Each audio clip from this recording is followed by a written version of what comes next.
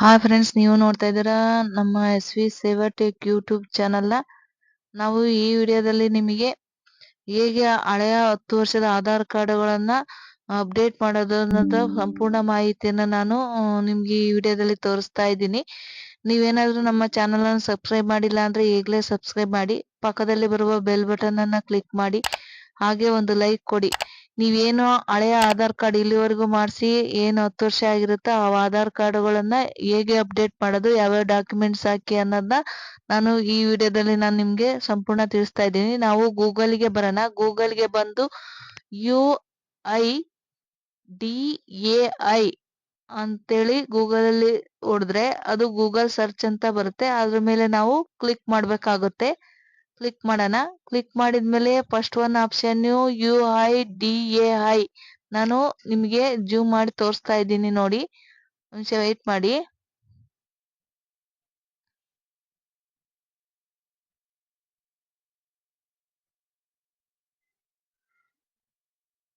ಈ ರೀತಿ UIDAI ಅಂತೇಳಿ ತೋರಿಸ್ತಾ ಇದೆಯಲ್ಲ, ಅದ್ರ ಮೇಲೆ ನಾವು ಕ್ಲಿಕ್ ಮಾಡಬೇಕಾಗುತ್ತೆ. ನೀವು ಇದೇ ರೀತಿ ಮೊಬೈಲ್ ಅಲ್ಲಿ ಕ್ಲಿಕ್ ಮಾಡಬಹುದು ಅಥವಾ ಲ್ಯಾಪ್ಟಾಪ್ ಅಲ್ಲಿ ಯಾವ್ದಾದ್ರು ಕೂಡ ನೀವೇ ಮಾಡಬಹುದು. ಅದಾದ್ಮೇಲೆ ಲ್ಯಾಂಗ್ವೇಜ್ ಸೆಲೆಕ್ಟ್ ಮಾಡಬೇಕಾಗುತ್ತೆ. ಇಂಗ್ಲಿಷ್ ಅಂತೇಳಿ ನಾನು ಸೆಲೆಕ್ಟ್ ಮಾಡ್ತಾ ಇದ್ದೀನಿ. ಯಾವ ಲ್ಯಾಂಗ್ವೇಜ್ ಬೇಕೋ ನೀವು ಆ ಲ್ಯಾಂಗ್ವೇಜ್ ಮೇಲೆ ಕ್ಲಿಕ್ ಮಾಡಿ. ನಾನು ಇಂಗ್ಲಿಷ್ ಅಂತ ಸೆಲೆಕ್ಟ್ ಮಾಡಿದ್ದೀನಿ. ಸರ್ವರ್ ಸ್ಲೋ ಇರುತ್ತೆ, ಇದ್ರದ್ದು ನಿಧಾನವಾಗಿ ಓಪನ್ ಆಗುತ್ತೆ. ವೆಯ್ಟ್ ಮಾಡಿ ನಿಧಾನ. ನೀವೇನಾದ್ರೂ 10 ವರ್ಷದ ಹಳೆ ಕಾರ್ಡುಗಳು ಮಾಡಿಸಿ 10 ವರ್ಷ ಆಗಿದೆ ಅಂದ್ರೆ ಅವು ಡಿಆಕ್ಟಿವೇಟ್ ಆಗ್ಬಹುದು. ಈಗಾಗ ಗವರ್ಮೆಂಟ್ ವತಿಯಿಂದ 3 ಸತಿ ಡೇಟನ್ನ ಮುಂದೂಡಿದೆ. ಹಂಗಾಗಿ ನೀವು ಕಡ್ಡಾಯವಾಗಿ ಎಲ್ಲರೂ ಕೂಡ ಮಾಡಿಸ್ಬೇಕಾಗುತ್ತೆ. ಈ ರೀತಿ ವೆಬ್ಸೈಟ್ ಓಪನ್ ಆಗುತ್ತೆ. ನಿಮ್ಗೆ ಏನಾದ್ರು ವೆಬ್ಸೈಟ್ ಗೊತ್ತಾಗ್ಲಿಲ್ಲ ಅಂದ್ರೆ ನನ್ನ ವಿಡಿಯೋದ ಕೆಳಗಡೆ ಡಿಸ್ಕ್ರಿಪ್ಷನ್ ಲಿಂಕ್ ಅಲ್ಲಿ ನಾನು ಈ ವೆಬ್ಸೈಟ್ ಲಿಂಕ್ ಅನ್ನ ಕೊಟ್ಟಿರ್ತೀನಿ. ನೀವು ಅಲ್ಲಿ ಹೋಗಿ ಕೂಡ ನೀವು ಡೈರೆಕ್ಟ್ ಲಿಂಕ್ ಕ್ಲಿಕ್ ಮಾಡಿದ್ರು ಕೂಡ ನೀವು ವೆಬ್ಸೈಟ್ಗೆ ಹೋಗ್ಬೋದು. ನಿಮಗೆ ಗೊತ್ತಾಗ್ಲಿಲ್ಲ ಅಂದ್ರೆ ನಮ್ಮ ವಿಡಿಯೋ ಕೆಳಗಡೆ ಇರುತ್ತೆ, ನೀವು ಕ್ಲಿಕ್ ಮಾಡಿ. ಈ ರೀತಿ ಕ್ಲಿಕ್ ಮಾಡಿದ್ಮೇಲೆ ವೆಲ್ಕಮ್ ಟು ಮೈ ಆಧಾರ್ ಅಂತೇಳಿ ಬರುತ್ತೆ. ಅದಾದ್ಮೇಲೆ ನಾವು ಲಾಗಿನ್ ಪೇಜ್ಗೆ ಹೋಗ್ಬೇಕಾಗುತ್ತೆ. ನಾನು ಡೈರೆಕ್ಟ್ ಲಿಂಕ್ ಅನ್ನ ಈ ನನ್ನ ವಿಡಿಯೋ ಕೆಳಗಡೆ ಕೊಟ್ಟಿರ್ತೀನಿ. ಲಿಂಕ್ ಅನ್ನ ನೀವು ಮಾಡ್ಬೋದು, ಕ್ಲಿಕ್ ಮಾಡ್ಬೋದು. ಈ ರೀತಿ ಲಾಗಿನ್ ಕೊಟ್ಮೇಲೆ ಲಾಗಿನ್ ಮೇಲೆ ಕ್ಲಿಕ್ ಮಾಡ್ಬೇಕಾಗುತ್ತೆ. ಅದು ನೆಕ್ಸ್ಟ್ ಓಪನ್ ಆಗುತ್ತೆ ವೆಬ್ಸೈಟು. ವೇಟ್ ಮಾಡಿ. ಓಪನ್ ಆದಾಗ ಈ ರೀತಿ ನಮ್ಮ ಆಧಾರ್ ನಂಬರು ಮತ್ತೆ ಕ್ಯಾಪ್ಚರ್ನ ಹೊಡಿಬೇಕಾಗುತ್ತೆ. ಆಧಾರ್ ಮತ್ತೆ ಕ್ಯಾಪ್ಚರ್ ಹೊಡೆದ್ಮೇಲೆ ಲಾಗಿನ್ ಟು OTP ಕೊಡ್ಬೇಕಾಗುತ್ತೆ. OTP ಹಾಕ್ಬೇಕಾಗುತ್ತೆ. ಅಂದ್ರೆ ಆಧಾರ್ಗೆ ಯಾವ ಮೊಬೈಲು ಲಿಂಕ್ ಇರುತ್ತೋ ಆ ಮೊಬೈಲ್ ಇರ್ಬೇಕಾಗುತ್ತೆ. ಅದಕ್ಕೆ OTP ಹೋಗುತ್ತೆ. OTP ಹಾಕಿದ್ಮೇಲೆ ಮತ್ತೆ ಲಾಗಿನ್ ಕೊಡ್ಬೇಕಾಗುತ್ತೆ ನಾವು.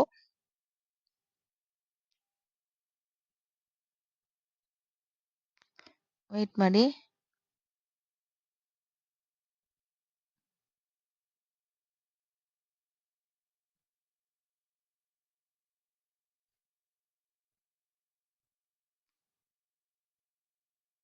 ಲಾಗಿನ್ ಕೊಟ್ಮೇಲೆ OTP ಹಾಕಿ ಈ ರೀತಿ ವೆಬ್ಸೈಟ್ ಓಪನ್ ಆಗುತ್ತೆ.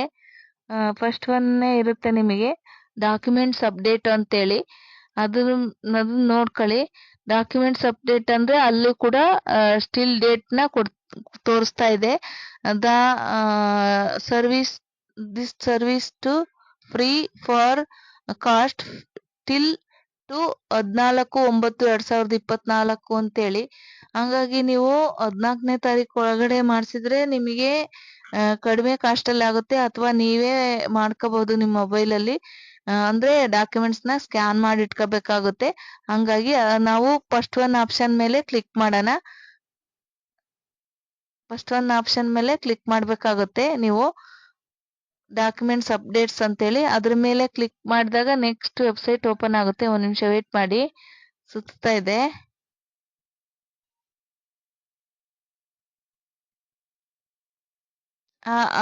ಕ್ಲಿಕ್ ಮಾಡಿದ್ಮೇಲೆ ಈ ರೀತಿ ಓಪನ್ ಆಗುತ್ತೆ.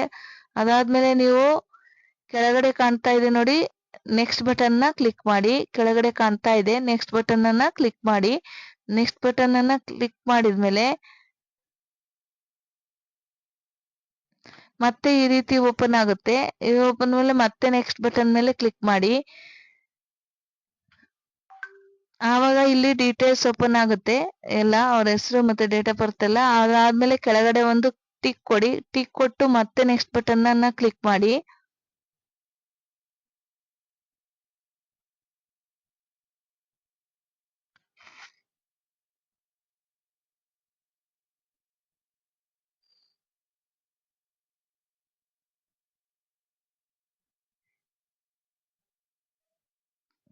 ನೆಕ್ಸ್ಟ್ ಬಟನ್ ಅನ್ನ ಕ್ಲಿಕ್ ಮಾಡಿದಾಗ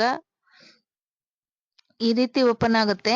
ಈ ರೀತಿ ಓಪನ್ ಆದಾಗ ಈ ರೀತಿ ಅಲ್ಲಿ ಕೊಡ್ತಾನೆ ನೋಡ್ರಿ, ಡಾಕ್ಯುಮೆಂಟ್ಸ್ ಏನೇನ್ ಯಾವ ತರ ಇರಬೇಕು. 2 MB ಒಳಗೆ ಲೆಸ್ ಇರಬೇಕು, ಮತ್ತೆ JPG ಅಥವಾ PNG ಮತ್ತೆ PDF ಫಾರ್ಮೆಟ್ ಅಲ್ಲಿ ಇರಬೇಕು. ಇಲ್ಲಿ ಡಾಕ್ಯುಮೆಂಟ್ಸ್ ಅನ್ನ ತೋರಿಸುತ್ತೆ ಯಾವ್ಯಾವ್ದು ನಿಮ್ದು ಯಾವ್ದಿದೆ ಅದನ್ನ ನೀವು ಒಂದ್ ಸ್ಕ್ಯಾನ್ ಮಾಡಿ ಇಟ್ಕೋಬೇಕಾಗತ್ತೆ. ಇಷ್ಟು ರೇಷನ್ ಕಾರ್ಡ್, ವೋಟರ್ ID. ಸಾಮಾನ್ಯವಾಗಿ ರೇಷನ್ ಕಾರ್ಡು, ವೋಟರ್ ಐಡಿಯನ್ನ ಇಟ್ಕೊಂಡ್ರೆ ಸಾಕು. ಬೇರೆದಕ್ಕಿನ್ನ ಡ್ರೈವಿಂಗ್ ಲೈಸೆನ್ಸ್ ಇದ್ರೆ ನಾನಿಲ್ಲಿ ರೇಷನ್ ಕಾರ್ಡ್ನ ಅಪ್ಡೇಟ್ ಮಾಡ್ತಾ ಇದ್ದೀನಿ. ಇಲ್ಲಿ ವ್ಯೂ ಡೀಟೇಲ್ಸ್ ಡಾಕ್ಯುಮೆಂಟ್ ಅಪ್ಲೋಡ್ ಅಲ್ಲಿ ಕಂಟಿನ್ಯೂ ಅಪ್ಲೋಡ್ ಅಂತ ಕೊಡ್ಬೇಕಾಗುತ್ತೆ. ಅದಾದ್ಮೇಲೆ ನೀವು ಎಲ್ಲಿ ಸ್ಕ್ಯಾನ್ ಮಾಡಿ ಇಟ್ಕೊಂಡಿರ್ತೀರಾ ಆ ಫೈಲ್ ಅಲ್ಲಿ ಓಪನ್ ಮಾಡಿ ಆ ಡಾಕ್ಯುಮೆಂಟ್ಸ್ ತಗೊಂಡು ನೀವು ಓಪನ್ ಅಂತ ಕೊಟ್ರೆ ಅಲ್ಲಿ ನಾವು ಅಪ್ಲೋಡ್ ಮಾಡಿದ ಡಾಕ್ಯುಮೆಂಟ್ಸ್ ಅಲ್ಲಿ ಕಾಣಿಸ್ತಾ ಇರುತ್ತೆ. ಹಾಗೆ 100% ಅಂತಾನೂ ಕಾಣಿಸ್ತಾ ಇರುತ್ತೆ. ಯಾಕೆಂದ್ರೆ ನೀವು ಫೈಲ್ ಸೈಜ್ ಮತ್ತೆ ಅವ್ರು ಹೇಳಿದ ಫಾರ್ಮೆಟ್ ಇದ್ರೆ ಕರೆಕ್ಟಾಗಿ 100% ಅಂತ ತೋರಿಸುತ್ತೆ. ಈ ರೀತಿ ಅವ್ರು ಹೇಳಿರೋ ಪ್ರಕಾರ. ಹಾಗೆ ಮತ್ತೆ ಕೆಳಗಡೆ ಅದು ID ಪ್ರೂಫ್ ಆಗಿರುತ್ತೆ. ನಾವು ಅದೇ ತರ ಅಡ್ರೆಸ್ ಪ್ರೂಫ್ನ ವೋಟರ್ ID ಅಥವಾ ರೇಷನ್ ಕಾರ್ಡ್ ಆದ್ರೂ ಎರಡರಲ್ಲಿ ಯಾವ್ದನ್ನ ಆಯ್ಕೆ ಮಾಡ್ತೀವಿ ಅದನ್ನ ನಾವು ತಗೋಬೇಕಾಗುತ್ತೆ. ನಾನು ರೇಷನ್ ಕಾರ್ಡ್ ತಗೋತಾ ಇದ್ದೀನಿ. ಇಲ್ಲಿ ಫಸ್ಟ್ ಆಯ್ಕೆ ಮಾಡ್ಕೋಬೇಕು. ಅಪ್ಲೋಡ್ ಮಾಡೋದಕ್ಕಿಂತ ಮುಂಚೆ ಅಲ್ಲಿ ರೇಷನ್ ಕಾರ್ಡಿಗೆ ಕ್ಲಿಕ್ ಕೊಡ್ತಾ ಇದ್ದೀನಿ ನಾನು. ಒಂದ್ಸತಿ ಎಲ್ಲ ನೋಡ್ಕೊಳ್ಳಿ ಏನೇನ್ ಡಾಕ್ಯುಮೆಂಟ್ಸ್ ಕೇಳ್ತಾ ಇದೆ ಅಂತ. ನಾನು ರೇಷನ್ ಕಾರ್ಡ್ ತಗೊಳ್ತಾ ಇದ್ದೀನಿ. ಓಕೆ ಕೊಡಿ. ಓಕೆ ಕೊಟ್ಮೇಲೆ ಮತ್ತೆ ಡಾಕ್ಯುಮೆಂಟ್ಸ್ ಅಪ್ಲೋಡ್ ಅಂತ ಬರುತ್ತೆ, ಅದ್ರ ಮೇಲೆ ಕ್ಲಿಕ್ ಮಾಡಿ. ಅದ್ಮೇಲೆ ಕ್ಲಿಕ್ ಮಾಡಿದಾಗ ಮತ್ತೆ ನೀವು ಎಲ್ಲಿ ಸೇವ್ ಮಾಡಿ ಇಟ್ಕೊಂಡಿರ್ತೀರೋ ಅಲ್ಲ ಆ ಫೈಲ್ನ ಆಯ್ಕೆ ಮಾಡಿ ಓಕೆ ಕೊಡಿ. ಅದಾದ್ಮೇಲೆ ಅದು ಅಡ್ರೆಸ್ ಪ್ರೂಫಿಗೆ ನಾನು ರೇಷನ್ ಕಾರ್ಡ್ ಹಾಕಿದೀನಿ ಅಂತ ನಿಮಗೆ ತೋರಿಸ್ತಾ ಇದ್ದೀನಿ. ಮತ್ತೆ ID ಪ್ರೂಫ್ಗೂ ಕೂಡ ರೇಷನ್ ಕಾರ್ಡ್ ಹಾಕಿದೀನಿ ಅಂತ ನಿಮಗೆ ತೋರಿಸ್ತಾ ಇದ್ದೀನಿ. ಇಲ್ಲಿಯೂ ಕೂಡ 100% ತೋರಿಸ್ತಾ ಇದೆ. ಎರಡು ಕಡೆನೂ 2 ಸತಿ ಅಪ್ಲೋಡ್ ಮಾಡ್ಬೇಕಾಗುತ್ತೆ ನಾವು. 2 ಕಡೆ ಆರಾಮ್ಸಾಗೆ ನಿಧಾನಕ್ಕೆ ನೋಡ್ಕೊಂಡ್ ಮಾಡಿ, ಏನ್ ತೊಂದ್ರೆ ಇಲ್ಲ. ಅದಾದ್ಮೇಲೆ ನಿಮಗೆ ಗೊತ್ತಾಗ್ಲಿಲ್ಲ ಅಂದ್ರೆ ಸೈಬರ್ ಸೆಂಟರ್ಗಳಿಗೆ ನಿಮ್ಮ ವೋಟರ್ ID ಅಥವಾ ರೇಷನ್ ಕಾರ್ಡು ಮತ್ತೆ ಆಧಾರ್ ಕಾರ್ಡು ಮತ್ತೆ ಆಧಾರ್ ಕಾರ್ಡ್ ಲಿಂಕ್ ಇರೋ ಮೊಬೈಲ್ ತಗೊಂಡೋದ್ರೆ ಅವರೇ ಮಾಡ್ಕೊಡ್ತಾರೆ. ನೆಕ್ಸ್ಟ್ ಅಂತ ಕ್ಲಿಕ್ ಕೊಟ್ಟಿದ್ದೀನಿ. ಈಗ ಅದು ಓಪನ್ ಆಗ್ತಾ ಇದೆ.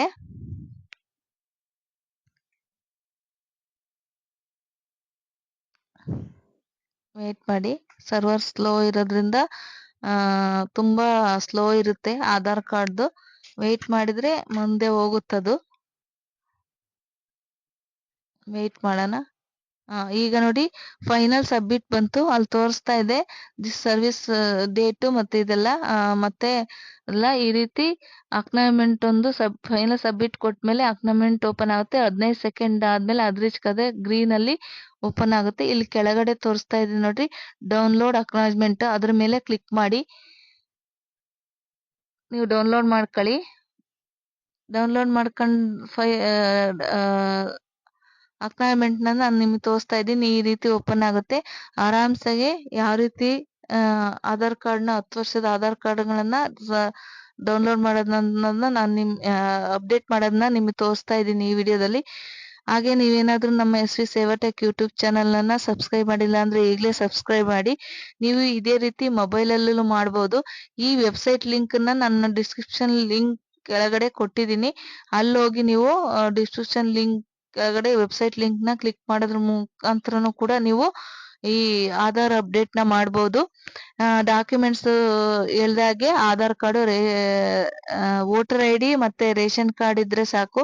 ಅಥವಾ ಅದಿಲ್ಲ ಅಂದ್ರೆ ಡ್ರೈವಿಂಗ್ ಲೈಸೆನ್ಸ್ ಇದ್ರೂ ಸಾಕು, ಅಥವಾ ಪಾಸ್ಬುಕ್ ಇದ್ರೂ ಸಾಕು. ಅಷ್ಟು ಡಾಕ್ಯುಮೆಂಟ್ಸ್ ಅಲ್ಲಿ ಯಾವ್ದಾದ್ರು ಡಾಕ್ಯುಮೆಂಟ್ಸ್ ನ ನೀವು ತಗೊಂಡ್ ಹೋಗ್ಬೇಕಾಗತ್ತೆ. ಆಧಾರ್, ರೇಷನ್ ಮತ್ತೆ ವೋಟರ್ ID ಆದ್ರೆ ಎರಡರಲ್ಲಿ ಒಂದಿದ್ರೆ ಸಾಕು. ಅದೇ ನೀವು ಬೇರೆ ಡಾಕ್ಯುಮೆಂಟ್ಸ್ ಅಂದ್ರೆ 2 ಬೇಕಾಗುತ್ತೆ.